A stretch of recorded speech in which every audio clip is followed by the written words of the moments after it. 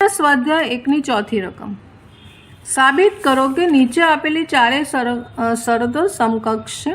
पहलू है ए योग बी, बीजू ए तफावत बी बाबा 5, तीजू है ए योग बी बाबा बी और चौथू है ए छेद बी बाबा ए।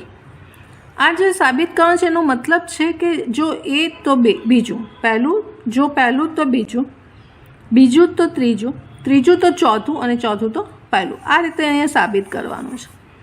टूंकमां आ जे पहलू लईए आपणे तो एने आपणे 1 नंबर आपीए तो एमां जे पहलू छे ने पक्ष तरीके लेवानुं छे। पक्ष आपणो थशे ए उपगण बी अने साध्य थशे ए तफावत बी बराबर 5 અને પક્ષ તરીકે લેવાનો છે અને આપણે આને સાબિત કરવાનું છે।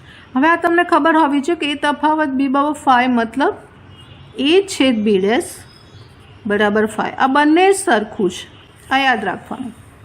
તમે એ તફાવત બી બરાબર 5 અને એ છેદ બી ડેશ બરાબર 5 બંને સરખું છે।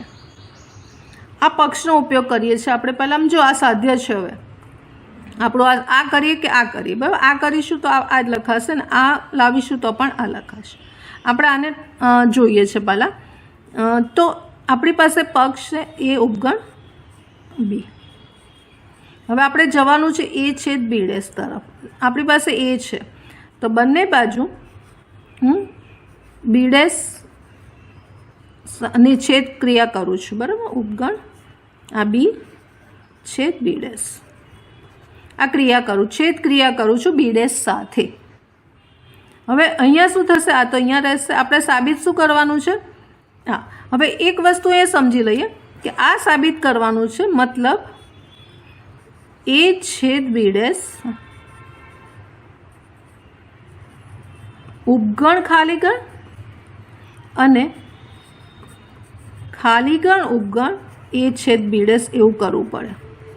એટલે કે રાઈટ સાઈડ જે છે અને લેફ્ટ સાઈડ છે, આ રાઈટ સાઈડ છે ને આ લેફ્ટ સાઈડ છે। લેફ્ટ સાઈડ એ રાઈટ સાઈડનો ઉપગણ જોઈએ અને રાઈટ સાઈડ એ લેફ્ટ સાઈડનો ઉપગણ જોઈએ। એટલે આ લેફ્ટ ઉપગણ રાઈટ, રાઈટ ઉપગણ લેફ્ટ, તો આ બંને મળે તો હું એ છેદ બી ડેશ બરાબર 5 કહી શકું। આટલું જોઈએ। બરાબર કરવા માટે યાદ રાખવાનું છે કે આ આનો ઉપગણ જોઈએ અને આ આનો ઉપગણ જોઈએ। આ બે વસ્તુ મને મળે તો જ હું આ લખી શકું। હવે અહીંયા આપણી પાસે શું થશે?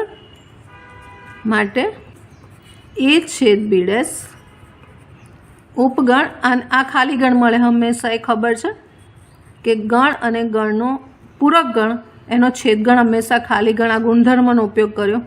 એટલે જો આપણી આ લેફ્ટ સાઈડ છે ઉપગણ રાઈટ સાઈડ આવી ગઈ। અહીંયા લખવું હોય તો આ લેફ્ટ સાઈડ ઉપગણ રાઈટ સાઈડ આવી ગઈ।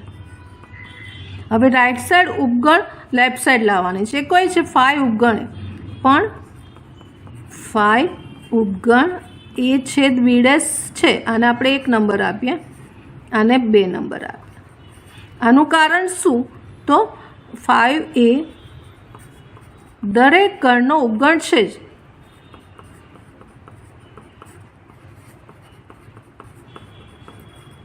આ 5 એ દરેક ગણનો ઉપગણ છે એટલે અહીંયા આપણી પાસે રાઈટ સાઈડ ઉપગણ લેફ્ટ સાઈડ આવી ગઈ, આવી ગયો। હવે 1 અને 2નો ઉપયોગ કરી દઈએ તો 1 અને 2 પરથી આપણને મળે એ છેદ બી ડેશ બરાબર 5 અથવા તો એ તફાવત બી ઇઝ ઇક્વલ ટુ 5। આ રીતે સાબિત થશે।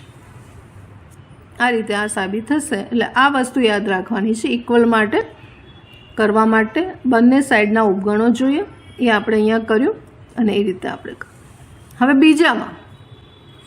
બીજામાં આપણી પાસે પક્ષ થઈ જશે એ તફાવત બી બરાબર 5 અથવા તો ફરીવાર આને આપણે આ રીતે લખીશું એ છેદ બી ડેશ બરાબર 5 એ પક્ષ અને સાધ્ય થશે। અહીંયા 3 નંબર જે છે એ સાધ્ય થશે। કયું છે? એ યોગ બી બરાબર બી, એ યોગ બી બરાબર બી આ લાવવાનું છે આપણે। હવે આ પક્ષનો ઉપયોગ કરીએ આપણે અહીંયા।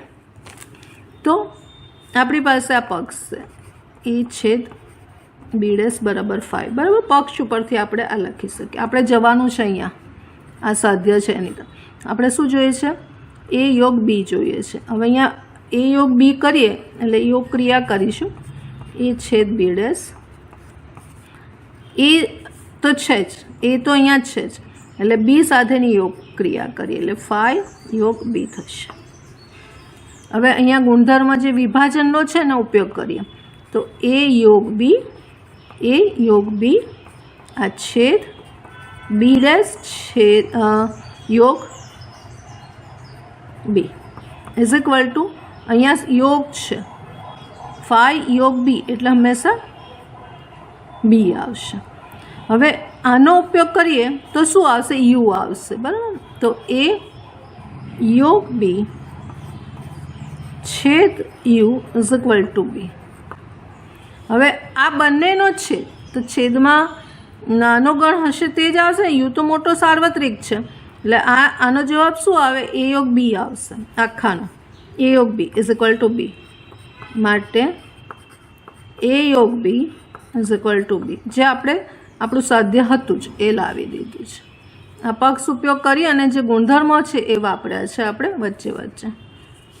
પછી 3માં આપણો પક્ષ થશે, જો આ એ પહેલું થઈ ગયું, બીજું થઈ ગયું હવે ત્રીજામાં પક્ષ ત્રીજા નંબરનું છે તે એટલે પક્ષ થશે એ યોગ બી બરાબર બી અને એનું સાધ્ય થશે ચોથા નંબરનું તો એ છેદ બી બરાબર એ. આ સાધ્ય થશે.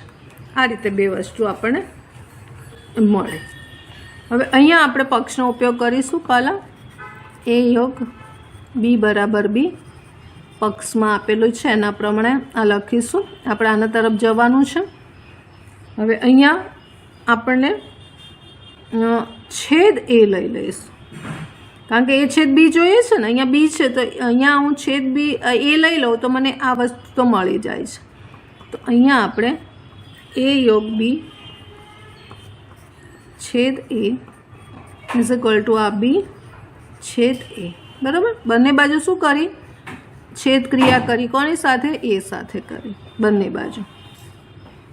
હવે સાદરૂપ આપે અહીંયા તો અહીંયા શું થશે? એ છેદ એ યોગ બી છેદ એ. અહીંયા આપણે એ છેદ બી લખી કાઢીએ. હવે ફરીવાર સાદું રૂપ આપીએ તો એનો ગણ સાથેનો એ છેદ એટલે એ જ આવશે અહીંયા. એટલે અહીંયા લખીશું માટે એ. આ યોગ આવશે અને અહીંયા હું એ છેદ બી રિવર્સ લખી કાઢું. એ છેદ. હવે એ યોગ એ છેદ બી યોગ ગણ છે તો એ ગણ મોટો આવશે. મોટો ગણ કયો આવશે? એ આવશે. એટલે અહીંયા કોણ આવશે? એ આવશે. એ બરાબર એ છેદ બી માટે જે સાધ્ય છે એ છેદ બી બરાબર એ રિવર્સમાં લખી આ સાધ્ય મળી ગયું. ચોથામાં પક્ષ કોણ આવશે? તો જે 4 નંબર છે 4 નંબર પક્ષ અને 1 નંબર એ સાધ્ય એટલે 4 નંબર છે એ છેદ બી બરાબર એ પક્ષ આવશે અને સાધ્ય આવશે 1 નંબર જે આપણી પાસે છે એ યોગ બી આવશે. આ રીતે આવશે. હવે અહીંયા આપણે સભ્ય લઈને કરવું પડશે કારણ કે અહીંયા ઉપગણ સાબિત કરવાનું છે કે એના જે બધા સભ્યો છે તે બીમાં હોવા જોઈએ બરાબર. એ રીતે આને સાબિત કરવાનું છે. તો હવે અહીંયા સભ્ય લેવાના છે ને તો વ્યાપક રૂપે લઈશું કે ધારો કે એક એક્સ છે બિલોંગ્સ ટુ એ છે. હવે મારે અહીંયા લઈને આ પક્ષનો ઉપયોગ કરીને શું સાબિત કરવું કે આ એક્સ બીમાં છે એવું સાબિત કરવાનું. એટલે એ બીનો ઉપગણ થઈ જશે કે જે સભ્ય એમાં છે એ જ બીમાં છે મતલબ એ ઉપગણ બી થઈ જશે. માટે અહીંયા લખીશું એક્સ બિલોંગ્સ ટુ એ છેદ બી. કેમ લખીશ? કારણ કે એ બરાબર પક્ષ છે, એ છેદ બી. આપણી પાસે પક્ષમાં આપેલું જ છે કે એ બરાબર એ છેદ બી લઈ શકે. આનો મતલબ શું ઇમ્પ્લાઇઝ કરીએ તો આનો મતલબ શું, તો એક્સ બિલોંગ્સ ટુ એ છેદ એટલે અને, એક્સ બિલોંગ્સ ટુ બી અને શબ્દ આવશે કે એક્સ એમાં પણ છે અને એક્સ બીમાં પણ છે. તો આપણે આને બીમાં લઈ લઈએ તો એક્સ બિલોંગ્સ ટુ બી. હવે અહીંથી અહીં જુઓ કે જે એક્સ એમાં હતો તે આપણે શેમાં સાબિત કર્યો, બીમાં સાબિત કર્યો. એનો મતલબ શું થઈ ગયો, એ ઉપગણ બી જે આપણું સાધ્ય હતું. આ રીતે આ રકમ સાબિત થશે. પ્રક્રિયા સ્વાધ્યાય 1ની 5મી રકમ, સાબિત કરો જો એ ઉપગણ બી તો સી તફાવત બી ઉપગણ સી તફાવત એ. અહીંયા આપણી પાસે પક્ષ બરાબર આપેલું છે એ ઉપગણ બી અને સાધ્ય આપેલું છે સી તફાવત બી ઉપગણ સી તફાવત એ. મતલબ આપણને ખબર છે સી તફાવત બીને આપણે આ રીતે લખી શકીએ છીએ સી છેદ બી ડેશ ઉપગણ સી છેદ એ ડેશ. આ યાદ રાખવાનું છે કે જ્યારે આ સી તફાવત બી હોય તો એને આપણે સી છેદ બી ડેશ અને સી તફાવત એ હોય ત્યારે સી છેદ એ ડેશ લખી શકીએ છીએ. એટલે આપણે આનો ઉપયોગ કરીશું આ સાધ્યનો, એટલે ઓટોમેટિક આ આપણને જે આપ્યું છે એ સાબિત થઈ જશે. હવે અહીંયા પક્ષ આપણી પાસે છે એ ઉપગણ બી. સાબિતી જોઈ લઈએ. એ ઉપગણ બી આપેલો છે. આપણે જે સાબિત કરવાનું છે મેં એ ડેશ અને બી ડેશ દેખાય છે તો હું એનો ઉપયોગ કરીશ. તો હું અહીંયા શું કરીશ, એ ડેશ અને બી ડેશ લઈશ તો આ જે છે ક્રિયા ઉપગણની એ ઉલટી થઈ જશે. એટલે કે હું અહીંયા બી ડેશ લખીશ, ઉપગણ એ ડેશ થશે. આ ગુણધર્મ જ છે, આ ખબર હોવી જોઈએ. આ ગુણધર્મનો ઉપયોગ કર્યો. હવે જો બી ડેશ આવી ગયો, એ ડેશ આવી ગયો, આપણે સી જોઈએ છે, છેદ સી. તો બંને બાજુ હું છેદ સી કરીશ, ક્રિયા કરીશ, છેદ ક્રિયા કરીશ, સી સાથેની છેદ ક્રિયા કરું છું. માટે સી છેદ બી ડેશ બંને બાજુ કરીશ સી છેદ એ ડેશ.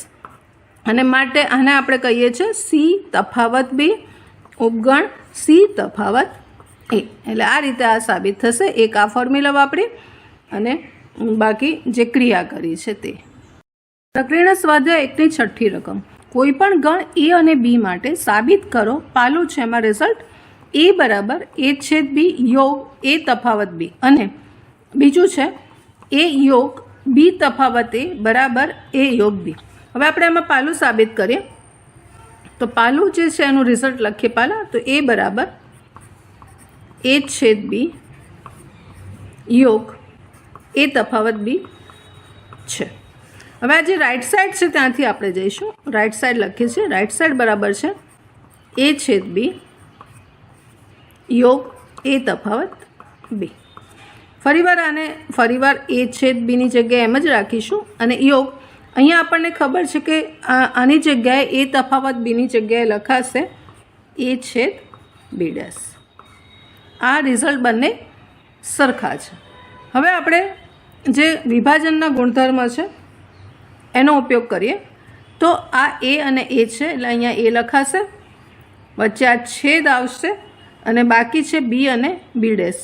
આ યોગ સાથે આવશે, બી યોગ બી ડેશ આવશે. આ નિયમ છે, ગુણધર્મ કહો નિયમ કહો, એ નિયમ પ્રમાણે આપણે કર્યું. હવે આ એ છેદ બી યોગ બી ડેશ એટલે ગણ અને એના પૂરક ગણનો યોગગણ હંમેશા યુ થાય અને એ છેદ યુ તો એનો છેદગણ હંમેશા એ થાય. તો આપણી રાઈટ સાઈડથી લીધું, આ રીતે સાદુરૂપ આપ્યું તો લેફ્ટ સાઈડ આપણને મળી ગઈ. માટે રાઈટ સાઈડ બરાબર લેફ્ટ સાઈડ આવી. ગુણધર્મનો ઉપયોગ કરીને આ રિઝલ્ટો બધા સાબિત કરવાના છે એટલે ગુણધર્મો તમને ખબર હોવી જોઈએ બધા. હવે બીજામાં જોઈએ તો બીજામાં હું લેફ્ટ સાઈડ લઉં છું, આ સાઈડ લઉં છું. લેફ્ટ સાઈડ આપણી આપી છે એ યોગ બી તફાવત એ.